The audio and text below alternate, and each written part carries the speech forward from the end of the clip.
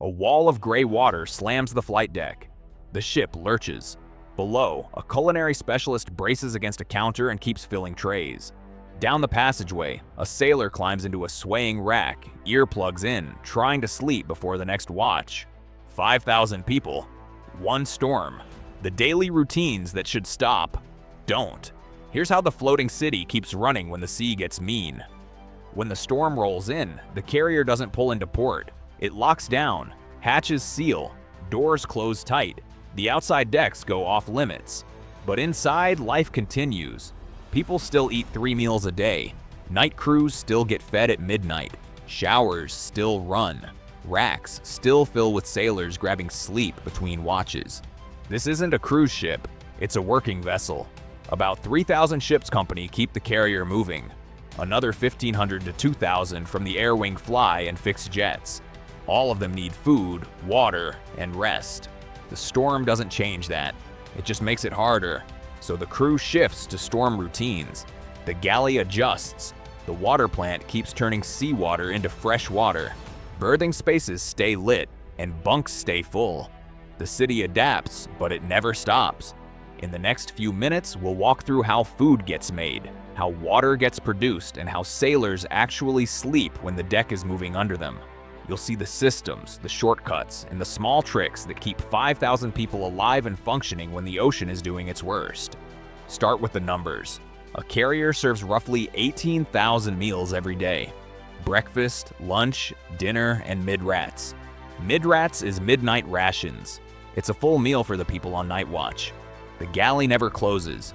On a calm day, feeding 5,000 people is industrial work. On a storm day, it's industrial work with the floor tilting. The ship has multiple galleys. Each one runs nearly around the clock. Culinary specialists cook in shifts. They prep hundreds of pounds of food at a time.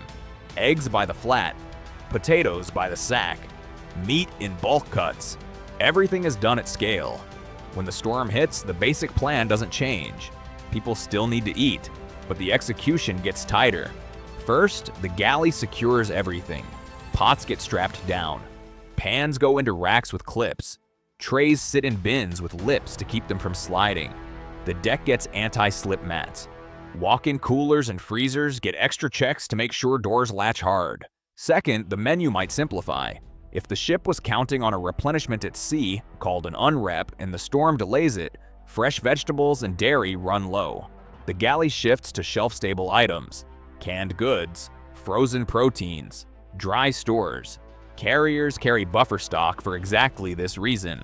The crew won't get gourmet, but they will get fed. Third, mealtimes stagger more than usual. In calm seas, you might see a steady flow through the mess line. In rough seas, the ship spreads people out to avoid crowding on a moving deck. Divisions eat in tighter windows. Watch sections come through in waves. It keeps the mess deck safer and the line moving. The culinary specialists themselves adapt on the fly.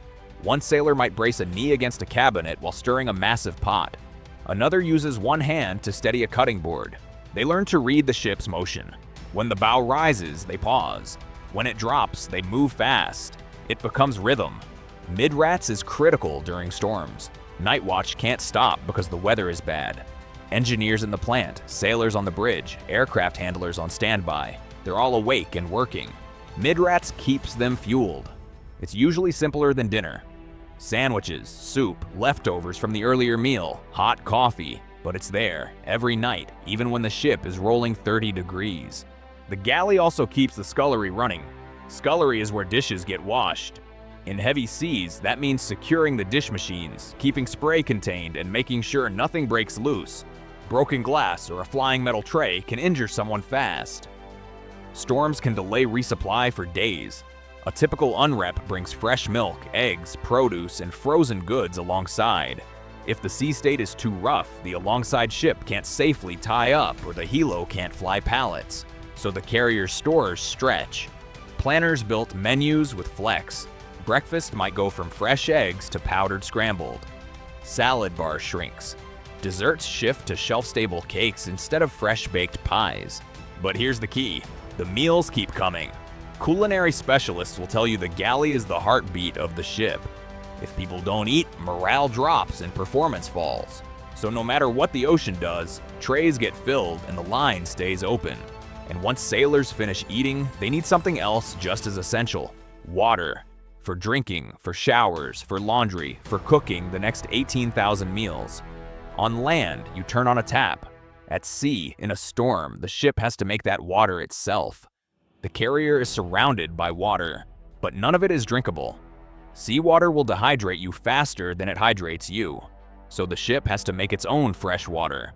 Every single day, a Nimitz-class carrier can produce around 400,000 gallons of fresh water per day. It does this using reverse osmosis and distillation plants. These systems pull seawater in, force it through filters and membranes, strip out the salt and impurities, and push out clean water. That water goes into storage tanks. The tanks act as a buffer. Even if the plant has to slow down or shut off for maintenance, the ship still has reserve water. The system is built with redundancy. Multiple plants, multiple tanks. If one fails, another picks up the load. In a storm, the plants keep running. The motion doesn't stop them, but heavy seas can stress other parts of the water cycle. Pumps work harder. Seawater intakes can suck in more air if waves break over them. Operators monitor closer and adjust as needed. The ship uses that fresh water for everything: drinking fountains, galley cooking, showers, laundry, medical spaces, even cooling systems for equipment. 400,000 gallons sounds like a lot, but spread across 5,000 people and all the machinery, it moves fast. So the Navy teaches water discipline. It starts in boot camp. The Navy shower. You get wet for 30 seconds. Turn the water off. Soap up. Turn it back on and rinse for 30 seconds. Total water time, 1 minute or less. On a carrier, most of the time, you can take a longer shower. But if the ship is in a water crunch, maybe a plant went down for repair, or stores are low before an unrep, the command might call water hours. That means showers are only available during certain times, or they'll remind everyone to keep it short. Compliance is usually good. Nobody wants the ship to run dry. Laundry is another big water user. The ship has industrial washers that run loads all day. During storms or water conservation, laundry schedules might get adjusted. Non-critical loads get pushed. Bedding and galley linens stay priority. Personal laundry waits. In the scullery, water use spikes. Dish machines need hot water and rinse cycles to sanitize thousands of trays, plates, and utensils. The galley can't skip sanitation, so even in conservation mode, scullery gets what it needs. But the culinary team will scrape plates cleaner and pre-rinse more carefully to save water where they can. Sailors also drink a lot of water. The ship is climate controlled, but some spaces run hot. Engine rooms, machinery spaces, and flight deck operations in the sun all drive up hydration needs. Water fountains are everywhere. Bug juice, Navy slang for the sugary drink dispensers, sits in every mess deck. Staying hydrated is part of staying mission ready. When a storm keeps the ship from refueling or resupplying on time, water production becomes even more important. Fuel oil also feeds the distillation plants. As long as the ship has fuel, it can make water, and carriers carry massive fuel reserves. Running out of water is not a realistic scenario. Running low enough to ask for shorter showers, that can happen, but the plants keep the taps flowing. The system is simple and robust. Seawater in, fresh water out. Storage smooths the bumps. Discipline stretches the supply. It's one less thing the crew has to worry about when the seas get rough. But making water and serving food are just two pieces. The third, and maybe the hardest in a storm, is sleep. Imagine trying to sleep in a room with 100 other people. The lights never go fully dark. Doors slam every few minutes. Someone's alarm goes off. Footsteps echo on metal. Pipes clang, and the floor is moving. Welcome to berthing on a carrier. Sailors sleep in racks. They're stacked 3 high, sometimes more. Each rack is basically a twin mattress on a metal frame with a curtain for privacy. You get about 2 feet of vertical space. Enough to lie flat, not enough to sit up. Berthing compartments vary in size. Some hold 60 sailors, some hold 100 or more. It depends on the division and where the space is on the ship, but they all share the same basics. Racks in tight rows, lockers for personal gear, a few tables, red lights for night vision, and constant activity because the ship runs on watches. Watches are duty shifts: engineering watch, bridge watch, flight deck watch, security watch. Most sailors work a rotation. You might be on 6 hours, off 12, or 4 on, 8 off, or some other split. The point is, sleep happens in windows, and those windows don't always align with quiet. When the storm hits, the berthing moves. The rack sways. If you're on the port side and the ship rolls to starboard, you feel like you're tipping out. If you're high up in a top rack, the motion is worse. Some sailors wedge their sea bags or pillows against the side to keep from rolling. Others learn to brace with a knee or elbow. Gear has to be tied down. Loose items become projectiles. A flashlight, a water bottle, a phone, anything not secured will slide or fly when the ship pitches. So sailors use bungee cords, zip ties, or simple knots to lock things in place. It's called securing for sea. And it's not optional. Sleep itself becomes a skill. Earplugs help. A lot of sailors wear them every night, storm or not. The noise is constant. Conversations, doors, the ventilation system, the ship's IMC, the intercom, calling out announcements. Earplugs cut enough to let you drift off. Some people sleep better in rough seas. The motion rocks them. Others fight it. Seasickness is real, even on a carrier. The ship is massive and stable compared to smaller vessels, but it still moves. New sailors and those who don't get their sea legs right away can feel nauseous. The medical department keeps seasickness meds on hand. Meclizine is common: ginger tablets, crackers, and small, bland snacks. The advice is always the same: stay hydrated, eat light, get fresh air if you can, and keep your eyes on the horizon. But in a storm, the weather decks are secured, so fresh air means a ventilated passageway at best. Routine helps. The body adapts. After a few days at sea, most people adjust. Their inner ear recalibrates. The motion becomes background. Sleep comes easier. But that first storm underway, it's rough. Watch schedules don't pause for bad weather. If you're on the mid-watch, midnight to 4 in the morning, you need to sleep during the day. That means climbing into your rack while berthing is loud and bright. Curtain closed. Earplugs in. Eye mask if you have one. You learn to fall asleep on command. Some sailors develop rack hacks, little tricks to make the space more livable. A clip-on fan for airflow. A phone holder rigged to the overhead. A small LED book light. Command usually allows minor mods as long as they're safe and don't violate fire regs. The racks themselves are narrow. You can't toss and turn much, but that also means you don't fall out easily. The curtain keeps your space semi-private. It's your tiny corner in a ship of 5,000. In berthing, people come and go at all hours. Someone finishing watch, someone starting watch, someone hitting the head, someone grabbing a shower. You get used to it. The background hum of shared life becomes normal. But even with all the noise and motion, sleep happens. The crew needs it, the body demands it, and the ship's routine enforces it. Because if you don't sleep, you can't stand watch. And if you can't stand watch, the mission stops. So sailors eat, they shower, they sleep.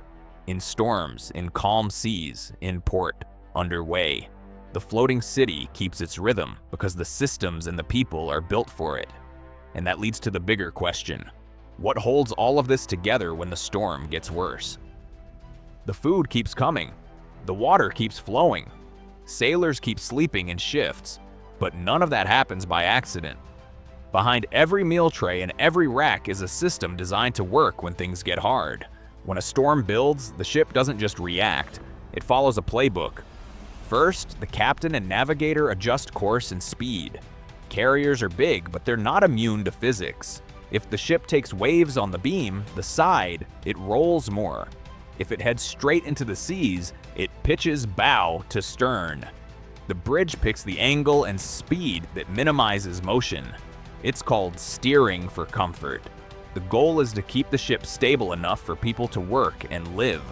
Sometimes that means slowing down. Sometimes it means changing heading by 20 or 30 degrees. Flight operations might pause.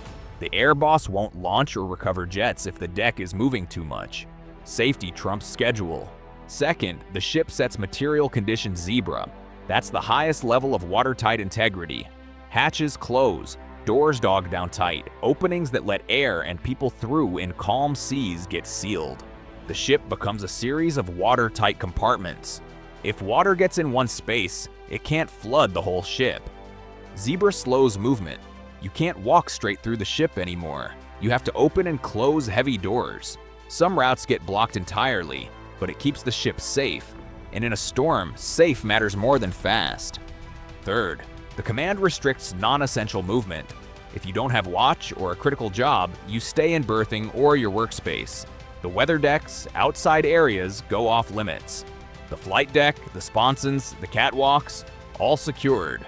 Nobody goes topside unless there's an emergency. That keeps people out of danger. A wave over the bow can wash someone overboard. Wind can knock you off your feet. Wet steel is slippery. The ship doesn't take chances.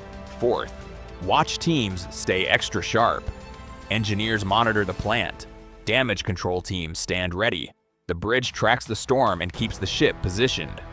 Medical preps for seasickness cases or injuries from falls. Everyone has a role. The storm doesn't pause the mission, it just raises the stakes. Fifth, the daily rhythm adapts but doesn't break. The galley keeps serving, the water plants keep producing. Berthing stays available. Showers stay open. Laundry might slow. Some meetings get pushed, but the fundamentals hold. This is the difference between a carrier and almost any other environment. On land, a storm shuts things down. Schools close. Businesses send people home. Power goes out. But at sea, on a floating city with 5,000 people, there is no closing. There is no go home. The ship is home, and the ship has to function. The crew trains for this. Drills run constantly. General quarters, man overboard, flooding, fire. Heavy weather is just one more scenario. Everyone knows the steps. Close the hatches, secure the spaces, keep your head, do your job. The officers and chiefs enforce it. New sailors learn it fast. The first storm underway is a wake-up call, but by the second or third, it's routine.